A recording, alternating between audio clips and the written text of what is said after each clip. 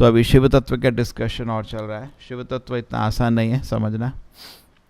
जीव तत्व, ब्रह्मा को समझना ज़्यादा मुश्किल नहीं है। ब्रह्मा एक जीव है। कभी कभी ऐसा भी होता है जब इस दुनिया में कोई भी जीव ब्रह्मा के पोस्ट के लायक नहीं है तो भगवान ब्रह्मा के अवतार लेके आते हैं। इंद्र में भी ऐसा है, लेकिन शिव तत्व कुछ अलग ही है। इसको समझना इतना आसान नहीं है। इसलिए बताया जाता है क्षीरम यथा, जैसे दूध दही बनता है। दूध से दही बना सकता है कोई भी, दही से दूध किसी ने बनाया? दही से दूध बनता है? नहीं। तो शिवजी विष्णु नहीं बन सकते, लेकिन विष्णु का एक ट्रांसफॉर्मेशन शिवजी है। एक्चुअली शिवजी भगवान के सबसे महान भक्त है। लेकिन जनरली लोग कंफ्यूज हो जाते हैं, उनकी पावर्स इतनी है कि लोग कंफ्यूज हो जाते हैं, सोते हैं ये भी एक दूसरे भगवान है। ठीक है, आपको जो समझना है समझ लो, लेकिन शास्त्र में तो कुछ और लिखा है। ठीक है, तो केयरफुल स्टडी अगर शास्त्र की होगी, जैसे अभी आपको ये भागवतम के कुछ लोग पढ़ोगे, अरे शिवजी तो भगवान है ना, ऐसा लगेगा। तो इसलिए कोई किताब पढ़ने के लिए भी गुरु चाहिए होता है। तो बिना गुरु के, बिना गाइडेंस के लोग ऐसे निष्कर्ष में पहुंच जाते हैं कि शिवजी भी भगवान है। ऐसा नहीं है। और चीज़ें अलग अलग भी लोग गलत समझ लेते हैं। रामेश्वरम में जब भगवान राम ने शिव जी की पूजा करी थी तो लोग सोचते अरे वो तो राम के ईश्वर है। ऐसा नहीं है। भगवान राम क्षत्रिय के रोल में थे, इसलिए वो पूजा कर रहे थे कि उन्होंने उसका महान भक्त को मारा है, इसलिए को शांत कर रहे थे। ऐसा नहीं कि भाई हम आपके भक्त हैं। भगवान राम के, एक्चुअली शिवजी भगवान राम के भक्त है। राम ईश्वर है, राम जिनका ईश्वर है, इसलिए रामेश्वर। लेकिन अभी आप रामेश्वर जाइए, वहाँ पे आपको राम का मंदिर नहीं दिखेगा, नहीं विष्णु का। एक बड़ा मंदिर है शिवजी का। ठीक है, जनरली अंडरस्टैंडिंग लोग का लिमिटेड है। और जनरली शिवजी के पास लोग जाते हैं बड़े बड़े आशीर्वाद के लिए। और उनके आशीर्वाद भी ऐसे क्लेवर होते हैं, वे आशीर्वाद तो दे देते हैं, लेकिन कुछ उसमें कुछ चीज़ छोड़ देते हैं पकड़ने के लिए। क्योंकि बहुत बारी लोगों ने शिवजी से आशीर्वाद लिए हैं कृष्ण से अटैक करने के लिए या विष्णु को अटैक करने के लिए। रावण ने ऐसे आशीर्वाद लिया, और इसने आशीर्वाद लिया शाल्वा। जयद्रथा ने भी आशीर्वाद दिया। जयद्रथा का स्टोरी मालूम है? इनकी एक बहन थी जिसकी शादी कौरवों की जयद्रथा से हुई थी, तो अब उनका भी रिश्तेदार हो गया था। तो जयद्रथा ने द्रौपदी का हरण करने का कोशिश किया। तो फिर क्या हुआ? तो द्रौपदी ने वॉर्न किया, अरे मूर्ख, पांडवों को पता चलेगा कितनी मार पड़ेगी तेरे को। ओह, डरा नहीं। तो नारद मुनि ने पांडवों को बता दिया कि तुम्हारी बीवी पकड़ के भाग रहे।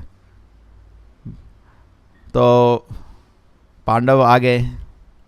भीम को इतना गुस्सा था कि बिना घोड़े के वो इतना तेज़ दौड़ा कि वो घोड़े से ज़्यादा तेज़ दौड़ दिया। जनरली आदमी घोड़े से ज़्यादा तेज़ नहीं दौड़ सकते। और उस पकड़ के मारा, और अर्जुन ने अपने बाण से कुछ एक चारों तरफ उसको कवर कर दिया, फंस गया वो। तो पकड़ा, बहुत मारा उन्होंने, दन उसको। फिर उसके बाद द्रौपदी के पास ले गए, क्या करें इसका। जनरली द्रौपदी जैसे अश्वत्थामा को भी माफ़ कर दिया था बाद में, इसमें बोली देखो हमारा भी रिश्तेदार है, इसको मारना ठीक नहीं है। तो फिर कृष्ण को बोला क्या करें। कृष्ण ने बोला देखो, जिसको सम्मान मिलता है उसको बेइज्जत करना ही उसके मृत्यु से ज़्यादा है।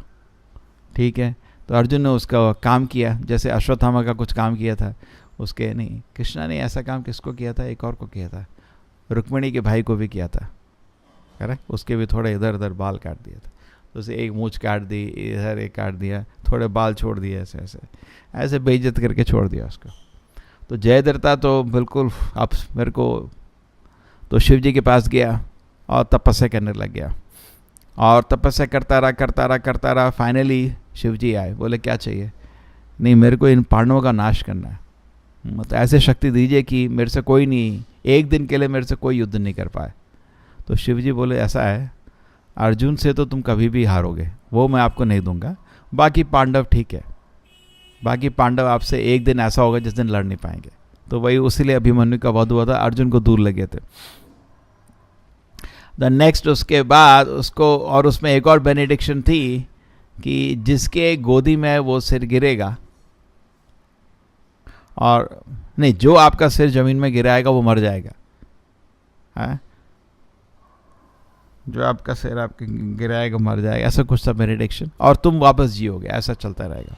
लेकिन अगर तुम्हारे पिताजी के हाथ से तुम्हारा सिर गिरा तो तुम्हारे पिताजी भी मर जाएंगे और तुम भी मर जाओ। तो कृष्णा के अरेंजमेंट से वो बिल्कुल सायकाल का टाइम पकड़ा गया जयद्रथ को मारने के लिए, है ना, जो अर्जुन को, जो बड़ा स्टोरी है। फिर उसके अर्जुन ने उसका सिर काटा और उसके पिताजी के गोदी में फेंका, और पिताजी संध्या वंदनम कर रहे थे तो उसमें कुछ ज़्यादा ध्यान रहता नहीं है। पिताजी को भी मालूम था मेरे बेटे को ऐसा वर है, उसका सिर नहीं फेंकने का है, लेकिन उस समय वो थोड़ा ध्यान में नहीं थे। होता ना अपने संध्या वंदनम टाइम में आपका थोड़ा मन थोड़ा अलग भगवान की तरफ है, तो ऐसे में उसको तो गीला गीला कोई चीज़ उनके हाथ में पड़ा, गिरा दिया, अरे मतलब अपना बेटा ही मार दिया, और वो भी मर गया। ठीक है, तो ऐसे करके खुदा लूप होल दे देते हैं शिव जी हमेशा। एक शालवा भी था, वो तो उसका कृष्णा बुक में डिस्क्रिप्शन आता है। शालवा ने भी रुक्मिणी का जब शादी हो रहा था, प्लान था शादी किससे होगा, शिशुपाल से, और तो शिशुपाल की टीम में बड़े बड़े योद्धा थे, उनको मालूम था कृष्ण आएंगे, और रुक्मिणी की शादी तो किसी दिन हो नहीं सकता ना, वो तो लक्ष्मी है, तो होना ही नहीं था। एनीवे पहुंच गए, कृष्ण जी आ गए, उन्होंने तो उसको अपहरण करके ले गए। तो यादव लोग आए, बलराम जी को पता था कृष्ण जी गए उधर, इतना बड़ा वो शादी का मंडप नहीं है, वो युद्ध भूमि है, अकेले आप वापस आएंगे। तो बलराम जी पूरे यादवों की आर्मी लेके पहुंच गए थे। तो जैसे ही शिशुपाल और बाकी लोगों ने अटैक किया कृष्ण को, तो बलराम जी ने कृष्ण को बोला आप जाओ, मैं दिखाता हूँ उनको। दनादन मारा बलराम ने और यादवास ने। तो ये दो लोग हार गए। तो शिशुपाल का एक उसमें दोस्त था शालवा, तो वो गया तपस्या में, और उसकी तपस्या देखो, वो राख खा रहा था हर दिन, खाली 2 मुट्ठी राख खाता था, 1 महीने तक करी उसने तपस्या ऐसी। तो शिव जी बहुत इजीली प्रसन्न हो गए, तो बोले क्या चाहिए, बोला ऐसा एक विमान दे दो कि पूरा यादवों का नाश कर दूं मैं। ठीक है, दे दिया ऐसा विमान। बोला माया दानव को बोलो बना देगा। आप उस विमान ने पूरा तंग किया, और कृष्ण जी नहीं थे उस समय, ऐसे टाइम अटैक किया जो कृष्ण जी युधिष्ठिर महाराज के यहाँ थे, उनका राजसूय यज्ञ चल रहा था, और वहाँ पे कृष्ण के सबसे बड़े बेटे प्रद्युम्न, सांबा, ये सब बेटों ने युद्ध किया, अच्छा युद्ध किया, सारे पूरी आर्मी मार दी उसकी शालवा की करीब करीब। उसके एरोप्लेन में भी जितने लोग थे सब बिल्कुल आजकल होता है ना स्टेल्थ फाइटर, ऐसा था, वो दिखता ही नहीं था, कभी ज़मीन में कभी ऊपर, बहुत खतरनाक एरोप्लेन था, उसको नहीं संभाल पा रहे थे ये लोग। लेकिन कृष्ण जी वापस आए अपने गरुड़ वाले वाहन में, और उसके एरोप्लेन को नाश किया। ये बड़ा स्पेशल जैसे पैराशूट टाइप जंप किया ज़मीन में, ये समुद्र में नहीं गिरा, और युद्ध शुरू हुआ। फाइनली कृष्णा ने उसका सिर काट दिया अपने सुदर्शन से। लंबा युद्ध, बहुत लंबा युद्ध है। एक बार वो कृष्णा का धनुष गिरा देता है, कुछ करता है, बीच में वो रावण की तरह एक नाटक करता है। मैं रावण का स्टोरी बता रहा था ना, वो ये भी करता है। ये क्या करता है, एक आदमी को भेजता है पहले कृष्ण को बताने कि आपके पिताजी किडनैप हो गए, वसुदेव। फिर नेक्स्ट शालवा आता है उसके पिताजी को लेके वो हवा में, और उसका सर काट देता है। देख कृष्ण कुछ नहीं कर पाए, तेरे पिताजी को मार दिया। तो कृष्ण जी मोमेंटली एग्रीव्ड होते हैं, वो एक क्योंकि दुनिया में लीला के हिसाब से कृष्ण को मालूम है कुछ नहीं हुआ। जैसे मैं याद है ना, मैं मायापुर में किसी भक्त को पूछा था कि ये ग्राम्य कथा से कैसे बचे, तो बहुत सुंदर उसने उदाहरण दिया था। ग्राम्य कथा मतलब जैसे सीता को राम का सिर दिखाया गया था। अरे भगवान के राम के बारे में सोचना छोड़ दो, क्योंकि एक चिंता करते हैं। तो ये सब अपनी न्यूज़ बेचने के लिए, मैं एग्जाम्पल बता ना, एक बार हम ट्रेन में ट्रैवल कर रहे थे, सुबह कोई आदमी आया, बोला कुछ जो प्राइम मिनिस्टर था वो मर गया। तो सब लोग 6 बजे सोए हुए थे ट्रेन में, तो सब लोग उठ गए, मर गया, हाँ न्यूज़ पेपर देखो, न्यूज़ देखो। तो न्यूज़ पेपर बेच के कूद गया, ऐसा कुछ था ही न्यूज़ में। तो ऐसे ही न्यूज़ बनाते हैं बेसिकली, नहीं भी हो कुछ सेंसेशनल कर देते हैं, आज दुनिया रुक गई तो लोग उनका न्यूज़ खरीदेंगे, और किसी तरह लोगों का मन भगवान से बाहर निकालो और ग्राम्य कथा में फंसाओ। यही एक्चुअली मीडिया का काम है। तो सेम वे इसने भी, शालो ने भी किसी तरह, जैसे उसका काम था रावण का, किसी तरह सीता का मन राम से निकालो ताकि वो राम को भूल जाए, मेरे से शादी कर ले। तो एक्चुअली भगवान ने जो इंद्रियां दी हैं वो उनकी सेवा के लिए दी हैं। ये इंद्रियां दी किस लिए, मैं एग्जाम्पल बता रहा था, जैसे गवर्नमेंट का जॉब होता है, आपको सारी फैसिलिटीज़ मिलती हैं गवर्नमेंट के काम के लिए, अपने पर्सनल यूज़ करने के लिए, सब लोग यूज़ करते हैं। आपको एम्बेसडर कार मिलती थी पहले, या जो भी कार मिलती है अपने पर्सनल काम में लोग यूज़ करते हैं, रेलवे स्टेशन में सारे रिश्तेदारों को उठा के लाती हो, गलत है ना, वो तो यूज़ होता है खाली पर्सनल के लिए, लेकिन एक्चुअली गवर्नमेंट यूज़ के लिए। सो सिमिलरली जो इंद्रियां भगवान ने दी हैं, आपके इंद्रिय भोग के लिए नहीं दी हैं, उनकी सेवा के लिए दी गई हैं। आप पर्सनल यूज़ कर रहे हैं, गलत यूज़ कर रहे हो, ठीक है। चलो, तो यहाँ पे शाल्वा के लीला में आप समझ सकते हैं ऐसा है कि भगवान शिव जी का वरदान था, लेकिन फाइनली नाश हो गया। शिव जी ने एक और महान रूप लिया है, वो है शंकराचार्य का। कभी कभी शिव जी को भी लगता है अरे क्या इसमें मतलब लोगों को बहका रहे, क्योंकि आप अगर शंकराचार्य के भाष्य पढ़ेंगे तो आपका भक्ति नष्ट हो जाएगा, इतना खतरनाक है। उसका लक्ष्य क्या है, क्यों बनाया गया है? लक्ष्य ये है कि जो लोग भगवान की सेवा में कपट कर रहे हैं, उनका भगवान की सेवा का अच्छा नहीं है, भगवान के पास जाते हैं कुछ आशीर्वाद के लिए, बस उनको भगवान का सेवा भाव नहीं है, वो पकड़े जाएगा। भक्त शंकराचार्य भाष्य सुन के अलग हो जाएगा, उसको सेवा भाव भगवान का। एक्टिव भक्त तो सुनेगा नहीं, क्योंकि चैतन्य बाबू ने मना किया सुनने के लिए, लेकिन उसको कोई ये ज्ञान भी देगा तू भगवान है, तू सब कुछ है, उसको सेवा भाव, वो सेवक है, उसको ये ज्ञान की इच्छा नहीं है, तो भक्त नहीं पकड़ा जाएगा। लेकिन जो कपटी है, भगवान के से कोई सेवा भाव नहीं है, लेकिन भगवान को कुछ मांगने फूंकने जाता है, लेकिन उसको कोई सेवा भाव नहीं, वो पकड़ा जाता है, ठीक है ना, क्योंकि सेवा भाव के विरोध है। शंकराचार्य का भाष्य सेवा भाव के विरोध है, उसमें शारीरिक भाष्य में तुम भगवान हो, तो सेवा किधर है? सेवा तो नष्ट हो गई ना। तो इसलिए वो भाष्य शिव जी ने बनाया ताकि जो लोग भगवान की सेवा के इच्छुक कहीं अलग हो जाए, तो खाली शुद्ध भक्त बचेंगे। जैसे एग्जाम हो गया, एग्जाम से टेस्ट होने के बाद जो लोग निकलते हैं वो लोग रियली क्वालिफाइड है। दो चीज हो गया। फाइनली इसमें शिव जी का एक और बहुत सुंदर रूप है, उसको बोलते हैं गोपीश्वर। गोपीश्वर रूप एक्चुअली शिव जी लीला के रूप में तो गोपी शिव जी लीला में एंटर किए थे। एक्चुअली गोपीश्वर भी कृष्ण का ही एक बनाया हुआ रूप है, लेकिन एनीवे शिव जी एंटर किए थे, और जब कीर्तन शुरू हुआ वो तांडव करने लगे तो पकड़े गए थे। बहुत सुंदर गोपी के रूप में एंटर किए थे, तो कृष्ण ने उनको ऑर्डर किया था तुम गोपीश्वर महादेव के नाम से पूजा होगा। तो वो एक शिव जी का व्रजधाम में बहुत सुंदर रूप है, उससे कृष्ण भक्ति प्राप्त होता है। सनातन गोस्वामी, हमारे षट गोस्वामी लोग भी गोपीश्वर का बहुत सेवा करते थे, उनको हमेशा दर्शन करते थे। इसलिए शिव जी का गौड़ीय वैष्णव में भी बहुत इंपॉर्टेंट रोल है। आप देखिए मायापुर में भी जाइए, भक्ति विनोद ठाकुर ने इवन इस जगह में आपका योग पीठ में भी शिव जी का स्थापना किया है ना। He is actually protector of the धाम, धाम की सुरक्षा करते हैं, और गोपेश्वर महादेव उनका सबसे इंपॉर्टेंट रोल है हमारे लिए, हमको शुद्ध भक्ति प्रदान करते हैं। तो एक्चुअली शिव जी का अगर ठीक ज्ञान देखेंगे तो he is not a competitor, वो हमको कृष्ण के पास ले जा रहे हैं, and he is very very very dear to Krishna, और उनके लिए भी कृष्णा इज़ वेरी डियर, ठीक है। This is the actual knowledge of Shiva. But in society Shiv ji का कुछ अलग ही ज्ञान है। लोग सोचते हैं कॉम्पिटिटर गॉड हैं, असली गॉड है। शैवाइट वैष्णवास के बीच में युद्ध भी होता है, लोग लड़ते भी हैं, कभी कभी मारपीट भी होता है। एक था, उसका नाम था वीर शैवा, और ये लोगों ने रामानुजाचार्य को कितना तंग किया था, मारने का भी कोशिश किया था।